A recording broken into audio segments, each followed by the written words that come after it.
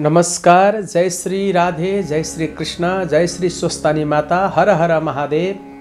समादरणीय श्रद्धालु भक्त सज्जनवृन्द, हजुरहरू समक्ष श्री स्वस्थानी व्रत कथामा आधारित कथा, यो माघ महात्म्यको कथा, श्री स्वस्थानीको कथा यहाँहरूको सामु हामीले प्रस्तुत गरेका छौँ र हजुरहरू जहाँ हुनुहुन्छ, जुन ठाउँमा हुनुहुन्छ, स्वदेशमा होस् विदेशमा जहाँ भए पनि अत्यन्तै पवित्र र शुद्ध भावले यो श्री स्वस्थानी व्रत कथालाई श्रवण गर्नुहोला। सर्वप्रथम त स्वस्थानी माताको पुष्पाञ्जलीबाट आजको कार्यक्रमलाई हामी शुभारम्भ गर्नेछौँ। पुष्पाञ्जली पश्चात अनि पुनः फेरि प्रत्येक अध्यायको कथा यहाँलाई हामीले हरेक दिन प्रस्तुत गर्नेछौँ। आउनु सबै मिलेर पुष्पाञ्जली लिगौँ। हरे नमः।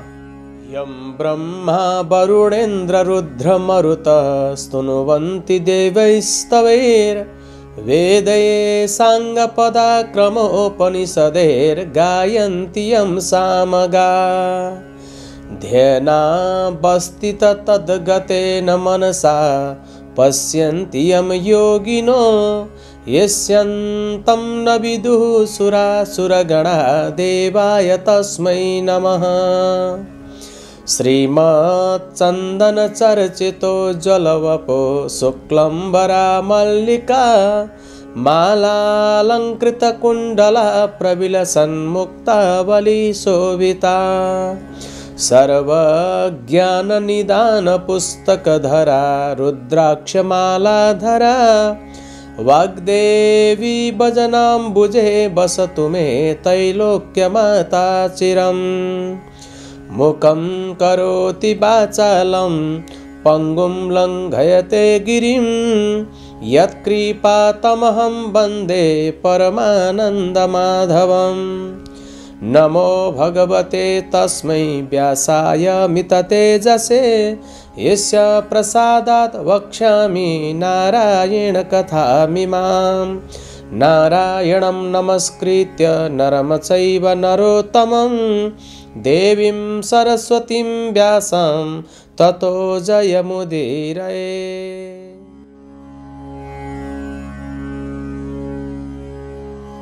अतः सप्तविंशोऽध्यायः।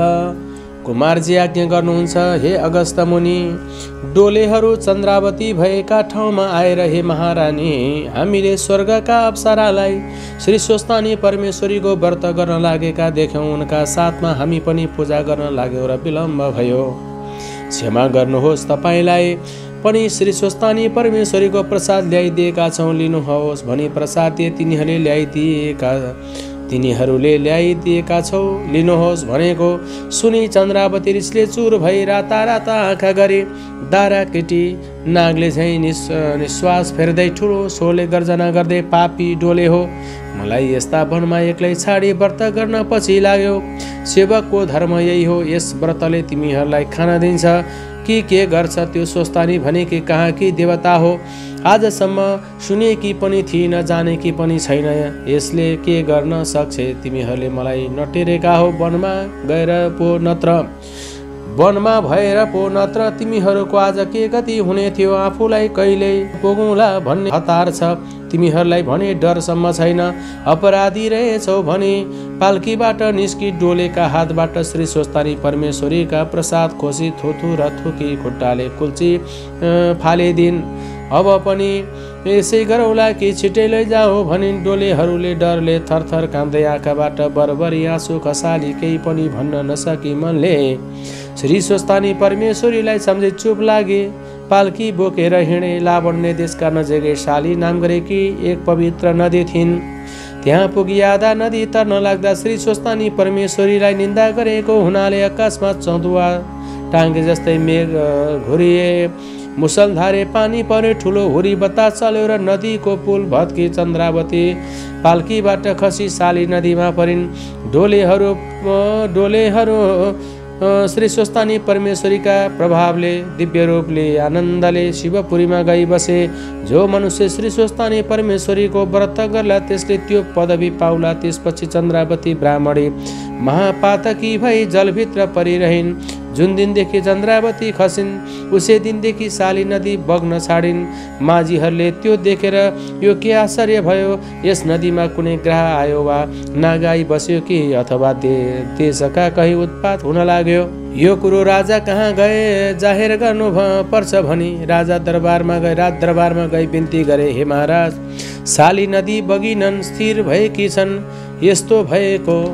यस्तो भएको हामीले सुनेका पनि थिएनौँ, आज आफ्नै आँखाले देख्यौँ। आश्चर्य भयो, विचार गरी बक्सनुहोस्। यस्ता कुरा सुनि नवराज राजाले मन्त्रीलाई डाकेर माझीहरूले जाहेर गरेको सब भने। लोकलाई पनि साथमा लिई नदीमा गएर माझीहरूलाई जलभित्र कुनै जन्तु छ कि जाल हानी हेर भनी अराएर माझीहरूले होस् भनेर जाल हानी हेरे।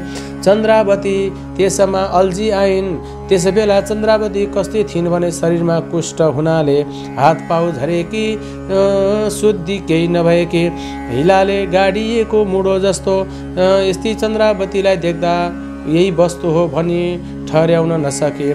नदीका किनारामा मिल्काए, फेरि जलभित्र पसेर खोज्न लागे, केही पाउन नसके। हे महाराज, हामीले त केही पाउन सकेनौँ भनी बिन्ती गरे। अनि पछि नवराज राजाले, हे गङ्गे, तिमी किन स्थिर भइरहेकी मैले जान्न सकिनँ, मसँग प्रसन्न हौ भनी हातमा अर्घली पारो र नवरत्न समेत मिलाई गाईका दूतले अर्घ दिए। तब साली नदी बग्न लागिन्। सबैजना आश्चर्य भए। नवराज राजाको साथ दरबारतिर फिरे। उतातिर चन्द्रावती ब्राह्मणीलाई छिनमा बिउझने, छिनमा मुर्छा पार्ने, छिनमा भोक तिर्खा लाग्ने, छिनमा शिर घुमाउन हुन लाग्यो। यसरी महाकष्ट पाई मुडो लडे झैँ साली नदीका किनारमा परिरहन्। एक दिन साह्रै नै भोक लाग्यो। के खाने कुरा केही नपाउँदा माटो नै खान्छु भनी हातमा लिइन्। त्यो माटो पत्थर हुन भइगयो। त्यही पनि खाउँ भन्दा खरानी भयो, त्यही खरानी पनि खाउँ भन्दा ठुलो बतासाई उडाइ लगिदियो। श्री परमेश्वरी स्वस्थानीलाई निन्दा गर्नाले यसरी शीत प्यास र भोगबाट नाना दुःख पाइरहन्। यता नवराज राजाले आफ्ना राज्यमा भएका सबै ब्राह्मणहरूलाई निमन्त्रणा गर्न पठाए। ब्राह्मण भोजनको तयारी गराए। नवलपुरका कपिल नाम गरेको दुई भाइ ब्राह्मण पनि ब्राह्मणका राजाका ब्राह्मण भोजनमा जान भने त्यतैबाट आएका चन्द्रावतीले देखिन् र तिमीहरू को हौ, कहाँ जान आयो भने सोधिन्। ब्राह्मणहरूले हामी कपिल नाउँका ब्राह्मण हौ, लावण्य देशमा नवराज राजाका ब्राह्मण भोजनमा निम्तो मान्न जान लागिरहेछौँ भने। तब चन्द्रावतीले भनिन्, हे ब्राह्मण हो, 5 दिन भयो मैले केही खान पाएकी छैन। तिमीहरू भोजनमा जाने भए मलाई पनि केही मागी ल्याइदिए पुण्य होला। म अनाथिनीलाई दया गर भनिन्। अनि ब्राह्मणहरू भन्दछन्, हे पापिनी, अहिले हामी यसै हुन्छ भन्न सक्दैनौँ, किनभने राजाका दरबारमा के जाने कसो हुन्छ। फेरि हाम्रो ब्राह्मणको जात ल्याउन हुने चिज भए त ल्याउला, नत्र के गरौँला। आशा त गरेस् भर नपरेस् भनी लावण्य देशमा गए। नवराज राजाले सब ब्राह्मणलाई पूजा गरी दक्षिणा दिई भोजन गराए। भोजन गरिसकेपछि ब्राह्मणहरू नवराज राजालाई आशीर्वाद दिई आनन्दका साथमा आफ्ना आफ्ना घर गए। ती नवलपुरका कपिल ब्राह्मण दुई भाइले अघिको कुरा झट्ट सम्झेर त्यसै जाउँ भने त्यो पापिनी आशा गरिरहेकी होले। केही लगिदिउँ भने कसरी माग्ने, लोभी भन्ने पो हुन् कि भनी केही भन्न नसकी भोजन गरेकै ठाउँमा कहिले यता कहिले उता गरिरहे।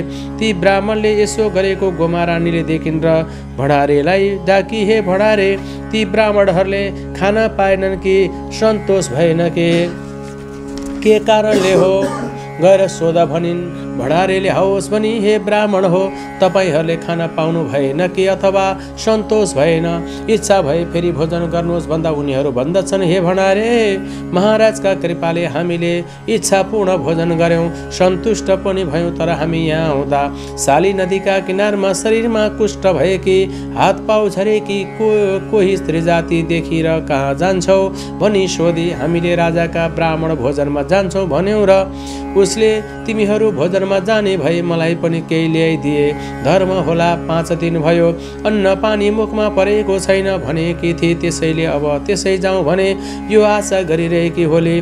केही लगिदिउँ भने कसरी माग्ने भनी बसिरहेका छौँ। यो सब कुरा भण्डारेले गोमा रानीलाई बिन्ती गरेर उनले ती दुईटा ब्राह्मणले भने जति अन्न देऊ भनी अराइन्। भण्डारेले हवस् भनी भण्डारमा कही राखेको वस्तु दिन खोज्दा नवराजको सब भण्डार रित्तो भएकाले केही नपाई आश्चर्य मानी हे महारानी। राखेको ठाउँमा केही पनि छैन के दिने भनी बिन्ती गरे गोमा रानीले। त्यस्तो कुरा सुनि आफै भण्डारमा गई हेरिन्, नभन्दै केही पनि रहेनछ र मलाई भने तयार गरी राखेको भोजन देऊ भनी नारायण। उनीहरूले हवस् भनी त्यो भोजन लिई ब्राह्मण नेराए। हे ब्राह्मण हो, त्यसको नाउँ लिनासाथ राजाको भण्डार सबै रितियो। राखेको ठाउँमा केही पाइन, यो महारानीलाई भनी बनाइराखेको भोजन छ, लगिदिनुहोस्, अरू केही पनि छैन भनिदिए। ब्राह्मणहरूले बहुत शरम मानि त्यो लि त्यसबाट निस्के, त्यहाँबाट निस्के। उनीहरू जानासाथ राजाको भण्डार फेरि जस्ताको तस्तै भइगयो। यदि श्री स्कन्द पुराणे केदारखण्डे माघ महात्म्ये कुमार अगस्त्य संवादे श्री स्वस्तानी परमेश्वरीय व्रत कथायं नवराज ब्राह्मण भोजनम नाम सप्तविंशोऽध्याय। हरे नमः। अब पुनः फेरि समादरणीय श्रद्धालु भक्त सज्जनबिन सबैले हातमा पुष्पाञ्जली लिएर पुष्पाञ्जली गरौँ। उपनयतु मङ्गलं वा सकल जगन मङ्गलालय श्रीमान दिनकर किरण निबोधित नवनलिन दल निवेक्षणः कृष्ण काले वर्षतु प्रजन्यः पृथिवी सस्यशालिनी देशोऽयं क्षोभरहितो ब्रह्मणः सन्तु निर्भया अपुत्रः पुत्रिणः सन्तु पुत्रिणः सन्तु पौत्रिणः निर्धना सदना सन्तु जीवन्तु शरदां सताम् तत्रैव गंगा यमुना च तत्र गोदावरी सिन्धु सरस्वती च तीर्थानि सर्वाणि वसन्ति तत्र यत्राच्युतोद्धार कथा प्रसंग या कुन्देन्दु तुषारहार धवला या शुभ्रवस्त्रवृता या वीणा वरदण्ड मण्डितकरा या स्वेद पद्मासना या ब्रह्माच्युत शंकर प्रभृतिभिर्देवै सदा वन्दिता सा मां पातु सरस्वती भगवते निशेषजाड्यपः कायेन वाचा मनसेन्द्रियैर्वा बुद्ध्यात्मना वा प्रकृते स्वभावात् करोमि यद्यत् सकलं परस्मै नारायणायेति समर्पयेत्। इति श्री स्वस्तानी देव्यै नमः। श्री स्वस्तानी देव्यार्पणमस्तु।